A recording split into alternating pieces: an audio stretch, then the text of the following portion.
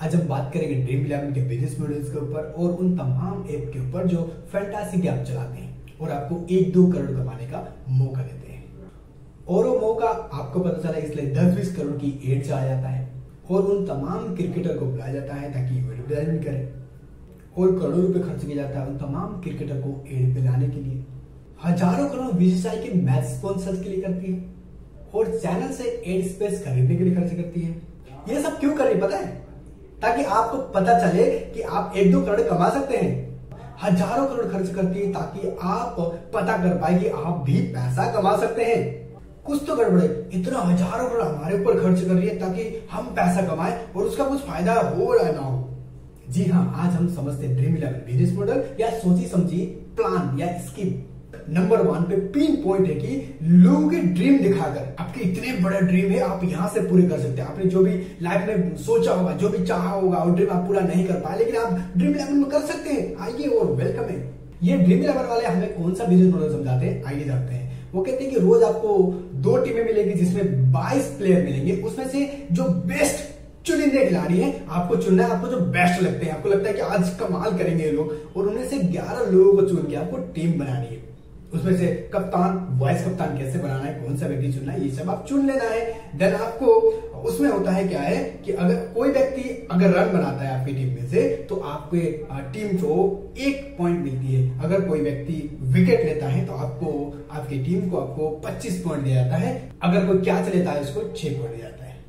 अगर आपने 11 प्लेयर अच्छे चुन लिया, बेस्ट काम कर गए और 11 के 11 प्लेयर में कई सारे पॉइंट बटोर लिए तो सबसे ज्यादा पॉइंट अगर आपकी टीम से बटोर लिया तो आप हो गए विनर। आपको मिलेगा प्राइज, वो भी 1 से 2 करोड़। यानी कि ये बिजनेस मॉडल बिल्कुल सिंपल। अब मैं इसका असली बिजनेस मॉडल समझाऊंगा जो कि कोई बता नहीं जाता। हमें एड्स में ये नहीं बताया जाता कि 1 करोड़ जीतने के लिए हमें कोई टिकट भी लेनी पड़ेगी, उसकी भी कोई प्राइज होगी, पैसे होगी। रिलेटिव केसेस में पैसा देना पड़ेगा। यानी कि 1 करोड़ वाली एंट्री रूम में आप सिर्फ अकेले नहीं है, 1 से 2 करोड़ लोग वहां पे आके टीम बनाते हैं और उन लोगों के साथ आपको कंपटीशन करना है और नंबर 1 पे आना है और उनको बिट करना है। देन आप विनर। जैसे एड दिखाया जाता है, लगता तो ऐसा है कि बिल्कुल गेम फ्री है, टीम बनाओ और पैसा जीतो, लेकिन ऐसा नहीं है। आपको एंट्री के लिए पैसा देना पड़ेगा। अब आप मुझे बताइए कि यह लॉटरी टिकट है या नहीं है? जैसे लॉटरी टिकट में कोई टिकट खरीदा जाता है, उसके बाद उसके नंबर आ जाता है तो उसको प्राइज दिया जाता है।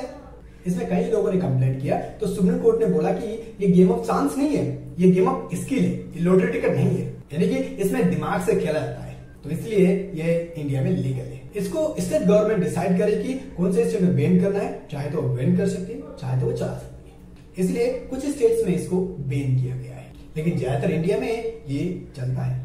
माना जाता है कि ये गेम ऑफ स्किल्स है। अब हम बात करते हैं गेम ऑफ स्किल्स कैसा होता है। जैसे आपको 1 करोड़ मिलता है, इसके अलावा कहीं मिलता है? यस, मिलता है। कौन बनेगा करोड़पति? केबीसी में।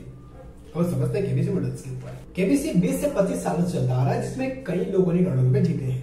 केबीसी में 1 करोड़ देती है और ड्रीम इलेवन भी 1 करोड़ देती है। हम इसके दोनों के ऊपर कंपेरिजन करेंगे। क्या हम केबीसी के उतना रिस्पेक्ट देते हैं कि अगर केबीसी में एंट्री करने के लिए पैसा देना पड़ता, एंट्री प्राइज होता तो लोगों से हजारों लाखों रुपए लिया जाता, उसके बाद 60 से 70% बांटा जाता और 30 से 40% अपने ऊपर रखता केबीसी, तो क्या आप इतना रिस्पेक्ट देते हैं? अब हम बात करते हैं ड्रीम इलेवन के ऊपर। ड्रीम इलेवन करोड़ों लोगों से 49 रुपए, 500 रुपए, 1000 रुपए लेता है। मान लेते हैं अगर आपने 500 रुपए की एंट्री से स्टार्टिंग करी और आप जैसे 100 लोगों ने 500 रुपए स्टार्टिंग करी, यानी कि 100 मल्टीप्लाई बाय 500 यानी कि 50,000 ड्रीम इलेवन के पास गया। और ड्रीम इलेवन इसमें से क्या करता पता है? 30 से 40% अपने पास रखता है, देन 60 से 70% लोगों के ऊपर बांट देता है। यानी कि 15 से 20,000 अपने पास रखेगा, 30,000 को प्राइज के रूप में डिस्ट्रीब्यूट करेगा। अब आपको समझ में आ रहा होगा कि ड्रीम इलेवन इतना सारा पैसा कैसे क्यों खर्च करता है। इतने सारे हीरो को, सेलिब्रिटीज को, जो भी मिलते हैं लोग उनको लेके आता ताकि एडवर्टाइजमेंट करे और आपको बताए। उसको आपके हारने और जीतने से कोई मतलब नहीं है, उसको तो ये चाहिए कि आप आए और एंट्री करें और खेलें। अब बात करते हैं गेम ऑफ स्किल्स क्या होता है। जैसे कि आप केबीसी के बारे में जानते हैं, केबीसी में एक व्यक्ति सामने बैठा होता है और उसको कंपटीशन करना है एक कंप्यूटर के ऊपर, क्वेश्चंस के ऊपर। क्वेश्चन पूछा जाता है, देन आपको आंसर देना है। आप अगर सही आंसर देते हो आप 1 करोड़ जीत जाते हैं। लेकिन अगर केबीसी में भी ऐसा हो कि 1-2 करोड़ हॉट सीट पे बैठे हो और अमिताभ बच्चन क्वेश्चन पूछे और 1-2 करोड़ में से जो सबसे पहले क्वेश्चन का आंसर देगा वो विनर होगा, तो क्या वहां पे चांस मिलेगा? अगर आपके पास अच्छी से भी अच्छी स्किल्स है तो भी वहां पे फेल हो सकते हैं, क्योंकि 1-2 करोड़ लोगों से बीट करना है। यानी कि आप समझ गए होंगे कि गेम ऑफ स्किल्स क्या होता है। यानी कि ड्रीम 11 में अगर आप गेम स्किल्स यूज करते हैं तो वहां पे सक्सेस नहीं हो सकती, क्योंकि 1-2 करोड़ लोगों से बीट करना है। आपके पास क्वालिटी होने के बाद भी वहां पे आप मार खा सकते हैं। अगर आप अकेले बिटवीन करते हैं केबीसी में तो अकेले आप विनर कर सकते हैं, क्योंकि क्वेश्चन का आंसर आपके पास नॉलेज है, देन बिटवीन दे सकते हैं। लेकिन ड्रीम 11 में नॉलेज होने के बाद भी मार खा सकते हैं। अब इस वीडियो को देखने वाले लोग, कई लोग ऐसे भी होंगे जिन्होंने पैसे कई सारे जीते होंगे। तो मुझे हो सकता है बताया कि मैंने तो कई सारे पैसे, करोड़ों पैसे जीते, लेकिन उनसे अपने पीछे जाके बैकग्राउंड में पूछा कभी कि उन्होंने उस गेम को जीतने से पहले, उस 70,000 को जीतने से पहले कितने पैसे गवा दिए, कितने साल से ड्रीम 11 में उन्होंने पैसे लगा रखे।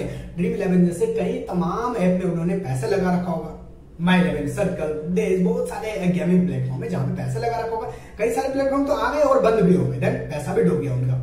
कुछ लोग ऐसे भी हो जो ड्रीम 11 में अपने सिर्फ अपने आईडी से नहीं करते, वो अपनी मम्मी का आईडी बना दे, पापा का आईडी, भाई का आईडी, कई सारे आईडी में कितने सारे पैसे लगा दे, कितने सारे पैसे गवा दिए। मान लेते आपने पैसे जीत भी लिया। अगर आपने पैसे जीत भी लिया तो आप वहां से निकलोगे नहीं। अगर आपने 70,000 जीत भी लिया तो दोबारा से 49 की पारी की बजाय 500 की, 1000 की, 2000 की पारी पे जाएंगे, रूम पे जाएंगे, एंट्री करेंगे, वहां पे पैसा और लगाएंगे, ताकि आप सोचे कि 17,000 नहीं, मुझे 1 लाख कमानी है। जब आप 1 लाख कमाने के चक्कर में 17,000 हार जाते हो तो क्या सोचते हो, क्योंकि मुझे 17,000 गवा दिया है मैंने, तो अब उसको रिकवर करना है। फिर आप दोबारा से लग जाते हो, फिर उसके पैसे कहीं डूब जाते हैं, और थोड़ा सा आपने विन कर लिया, कमा लिया, तो ये सोचते हो 10,000 तो मैंने कमाए, और कमाना है। ऐसे खेलते खेलते जीवन बीत जाएगा, आप पैसा नहीं कमा पाएंगे। पैसा अगर आप कमाते भी हैं तो दोबारा से आप गवा देंगे, क्योंकि बिजनेस मॉडल्स इस तरह से होता, सिस्टम बनाया गया है कि आप पैसा कमाओ या ना कमाओ, लेकिन ड्रीम 11 वाले तो पैसा कमाएंगे ही, पैसा छापेंगे ही, ताकि आपको एडवर्टाइजिंग के थ्रू वेबकूफ बनाया जा सके, ताकि आपको इतने सारे पैसे आपसे निकलवा सके। इसलिए एडवर्टाइजिंग भर के दिया जाता है। आप यूट्यूब में जाओगे, फेसबुक में जाओगे, किसी भी प्लेटफॉर्म में जाओगे, कहीं भी जाओगे, अगर आपने मोबाइल स्क्रीन को, किसी भी डिस्प्ले को ओपन किया, ऑनलाइन आ गए, तो आपको ये एडवर्टाइजमेंट देखने को मिलेगा। तो आप थोड़ा समझदार रहिए, क्योंकि इस तरह के प्लेटफॉर्म आपके लिए नहीं है। जो युवा लोग आए हैं तो अपने जीवन को बेहतर लेवल पे ले जाने की कोशिश करें, ताकि इस तरह के जंजाल से न पड़े और न फंसे, क्योंकि युवा लोग ही ज्यादातर इसमें फंस जाते हैं। और जो खाली पूरे दिन बैठे रहते हैं और एडवर्टाइजमेंट देख के फटाफट एंट्री कर जाते हैं और पैसे कई सारे गवा देते हैं। कई सारे लोगों ने अपना इतने सारा पैसा गवा दिया और डिप्रेस है, लाइफ को अच्छी तरह से नहीं जी पा रहे। जो करोड़ों लोग, उनके करोड़ों पैसे उनके पास थे, कई सारे पैसे होने के बाद भी वो हार के आज एक जीरो लेवल पे बैठे हुए हैं, डिप्रेस लेवल पे हैं, परेशान है। तो आप इस तरह के प्लेटफॉर्म से बिल्कुल दूर रहिए, आपके लिए यही सही।